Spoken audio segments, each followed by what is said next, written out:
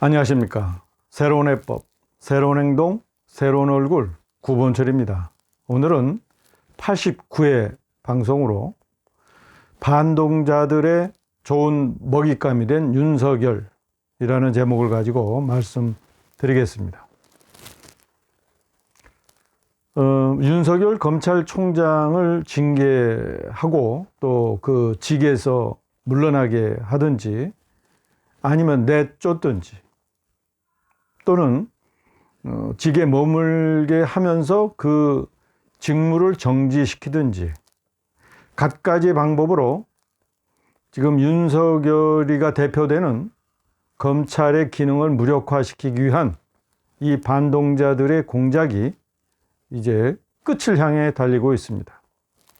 어떤 형식으로든 간에 문재인의 턱앞까지 다가온 검찰의 칼끝을 무디게 하거나 아니면 다른 곳으로 돌리기 위해서 지금 반동자들의 여러 가지 공작이 멈춰지지 않을 것 같습니다.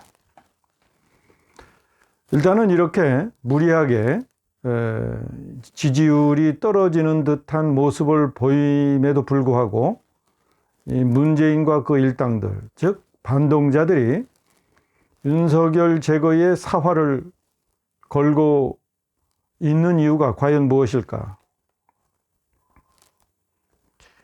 우리 자유진영의 대부분 그 리더들이나 아니면 일반 국민들은 뭐 이거에 대해서 큰 관심도 없겠지만 어쨌든 식자층들에서 생각하는 윤석열 쫓아내기 위한 이 반동자들의 이 소위 노력이라고 할까? 공작이라고 할까?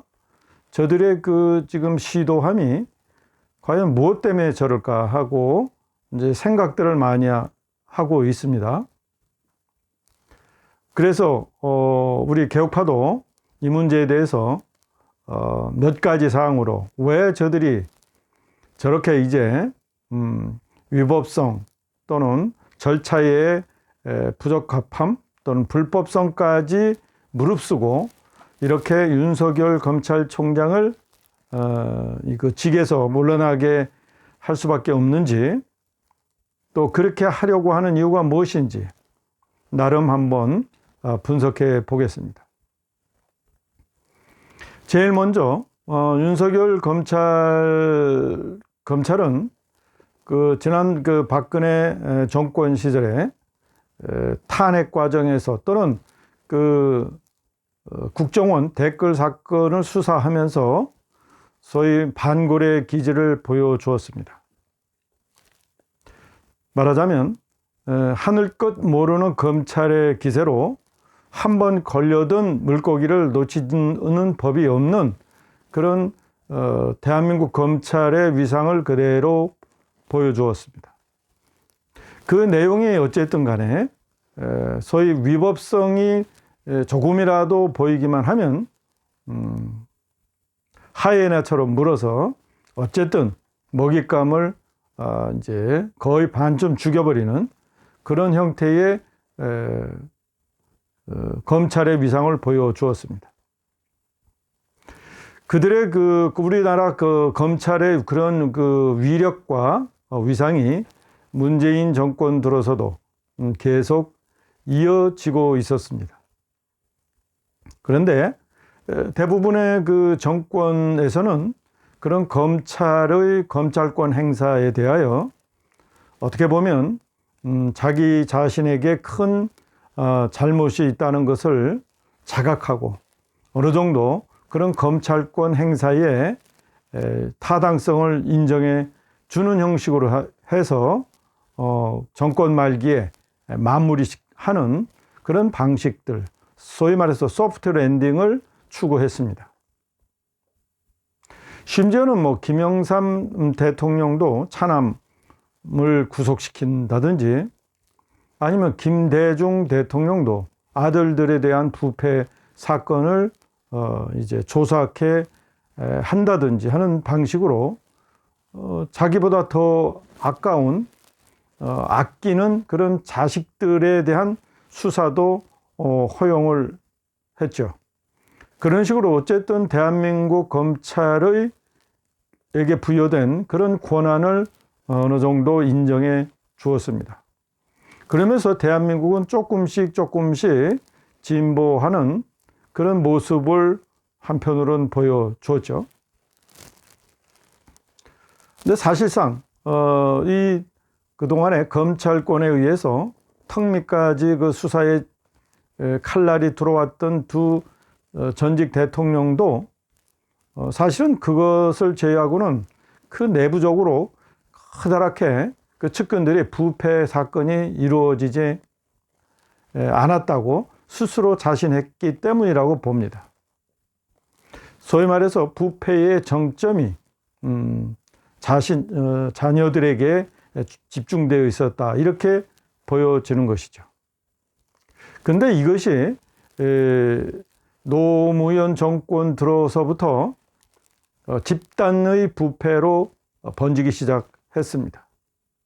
말하자면 물 들어올 때 노젓는다는 식으로 그동안에 그 민주화 운동 한답시고 배고픈 시절을 보냈던 그런 주사파든지 아니면 그 주변에 있던 떨거지들이 이제 권력을 잡았으니까, 그것도 장기간의 권력이 아니라 한정된 시간에 권력을 잡았으니까 어쨌든 배고픈 시절을 이제 보상하기 위해서 좌우 앞뒤 가리지 않고 개걸스럽게 해먹던 시절이 이제 노무현 정권부터 시작이 되었습니다. 그것이 이제 바다 이야기 등으로부터 시작되었죠. 노무현 정권에서 몇 개의 그 부정부패 사건이 터졌지만 그 규모는 그지 크지 않았습니다. 어느 정도 이제 소위 그 주사파 정권이 본격적으로 정권 핵심에 이제 들어오면서 자신들에게 주어진 권한을 어떻게 써야 될지 몰랐던 거죠. 서툴렀던 겁니다. 많이 배운 거죠. 어떻게 해야 되는지 그 시절에. 그런데 이제 문재인 정권이 이제 바야흐로 들었었습니다. 우리가 지금 지켜보고 있지만 문재인 대통령은 사실은 주사파니 뭐니 이런 소위 사상적 핵심 계열에서 비켜나가 있는 사람이다, 이렇게 볼 수 있죠. 말하자면 일부 사건을 제외하고는 꼭두각시 역할밖에 못하고 있지 않나 하는 의심을 받고 있습니다. 여러 가지가 있지 않습니까? 맹목적인 그 친북 또는 친중 행위, 이런 것은 그동안에 문재인 대통령에서 보여주었던 여러 가지 그 경험이나 또는 그 살아온 생애에서 도저히 예측할 수 없는 내용들 아니었습니까? 그런데 그가 지금 집중적으로 그런 면에서 우리가 그 집착하는 모습을 보면 저 주변에 뭔가 그 보이지 않는 손에 의해서 문재인 대통령도 움직이고 있구나 하는 그런 우리가 상상을 할 수 있지 않습니까? 이제 그러다 보니까 이제 문재인 이 주변에 집단이 형성이 됐고 카르텔이 형성이 되었습니다.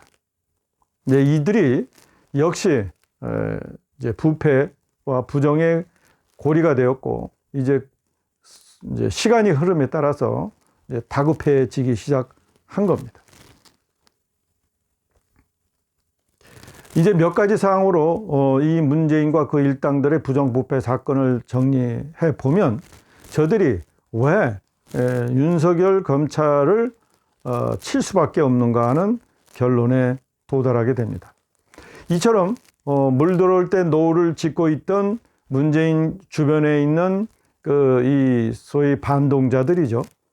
이들이 부정부패가 이제 발각이 되고 결국은 그 기존 검찰의 그 권한과 그 어떤 그 행동 반경에 걸려든 겁니다.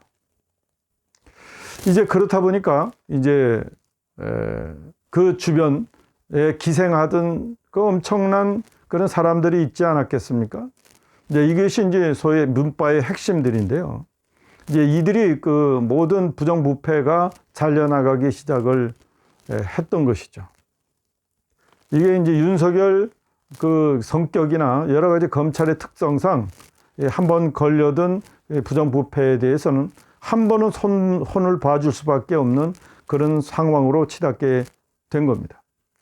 따라서 지금 윤석열 검찰을 손을 보고 그 정점에 있는 윤석열 총장을 내칠 수밖에 없는 첫 번째 이유는 바로 문재인과 그 일당들의 부정부패를 수사하고 있는 검찰권을 이제 무력화시키면서 자신들의 범죄 행각을 어떻게든지 덮고자 하는 그런 목적에서 벌이는 일이다. 이렇게 우리가 말할 수 있습니다.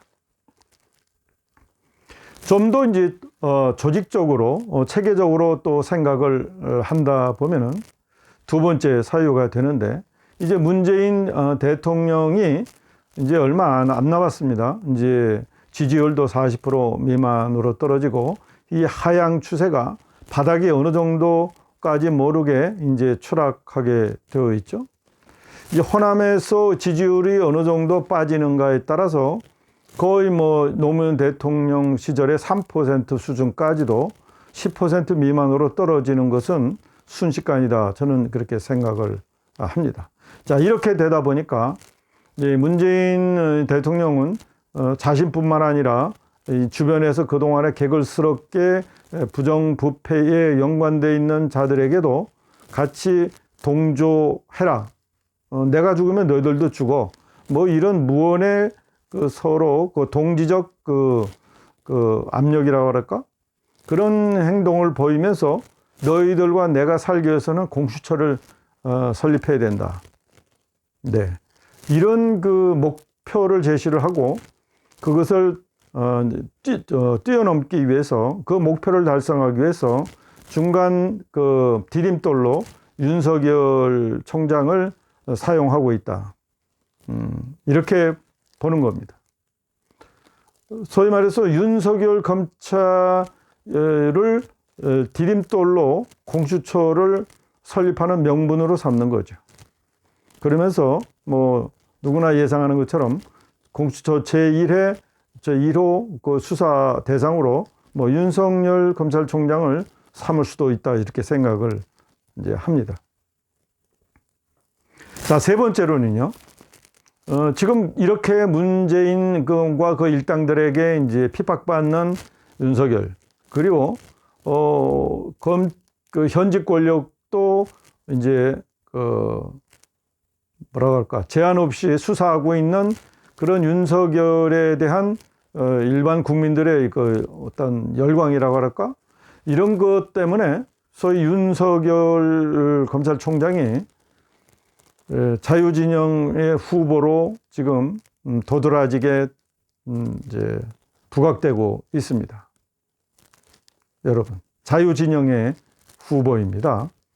자, 이렇게 되다 보니까 문재인의 입장에서는 자기를 지지하고 있는 소위 진보좌파, 제가 말씀드린 이 반동자들에게 위기의식을 고조시키면서요, 자유진영의 제1번 후보를 어떻게든지 손을 보고 이제 대놓고 죽여버림으로써 자유진영 사람들의 의지를 꺾어놓는 그런 수단으로 이번 사건을 전개하고 있다, 이렇게 보는 겁니다. 제 세 가지 분석이 마음에 드시는지 모르겠습니다. 자, 부정부패에 관해서요, 문제는 문재인의 관련성입니다. 과거에는 아들이나 또는 뭐 측근 또는 형, 이런 측면에서 부정부패의 핵심 고리가 드러났거든요. 그래서 검찰에서 소위 꼬리 자르기 식으로 대통령까지 가지 않더라도 중간이나 아니면 최후선에서 그 사건을 마무리하고 다음 정권이 그 자녀들이나 또는 형에게 더 큰 위해를 가지 않도록 꼬리 자르기를 한 적이 있습니다. 그런데 문제는 이 문재인 정권은 문재인이 직접 나서서 그러한 소위 부정을 또는 부패를 벌였다, 이렇게 의심을 받고 있는 것이죠.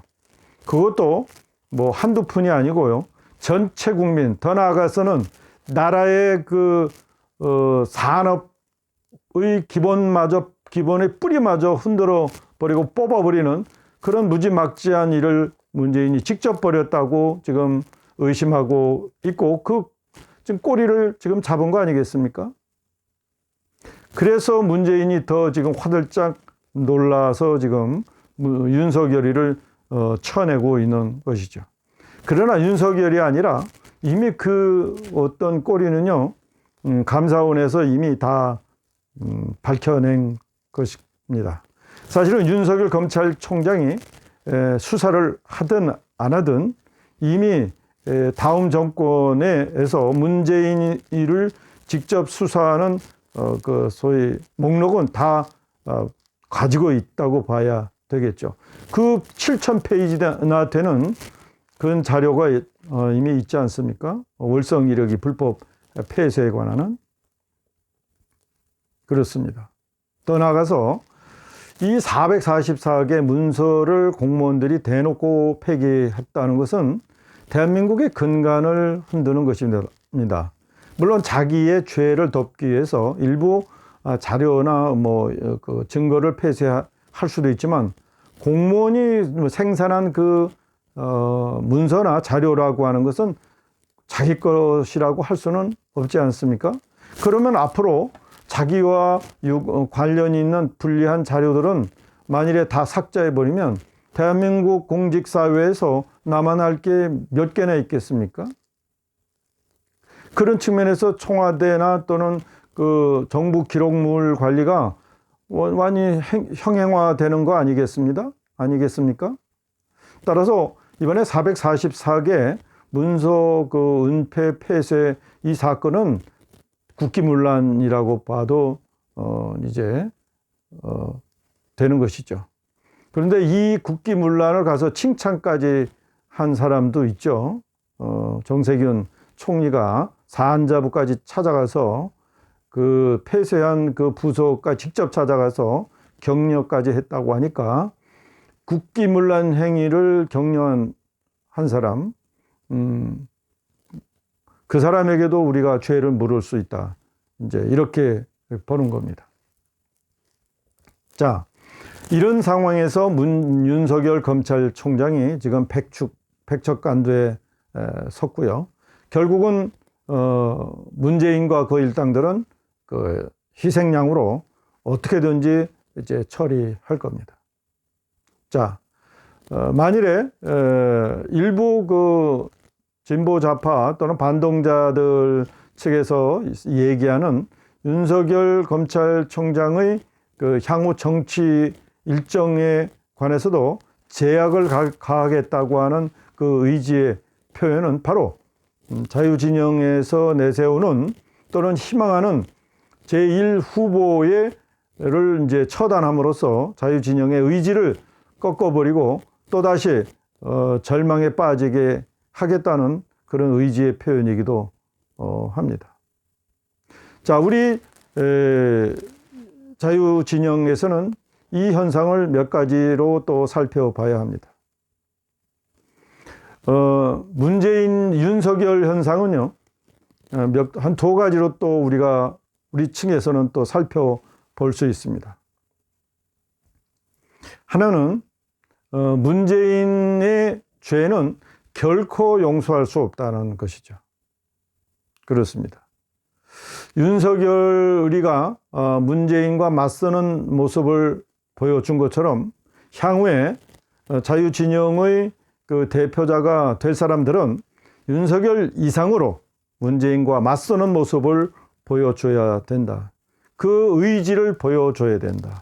투쟁하는 모습을 보여줘야 된다는 것이죠. 윤석열을 뛰어넘지 못하고는 차기에 누구도 자유진영 시민들을 만족시키지 못할 것이다. 이렇게 보는 겁니다. 따라서 윤석열 개인의 측면으로 보면은 윤석열이가 상징하는 것은 그가 권력에 지금 현재 당장 투쟁하는 모습을 보여줘야 된다라고 하는 것이죠.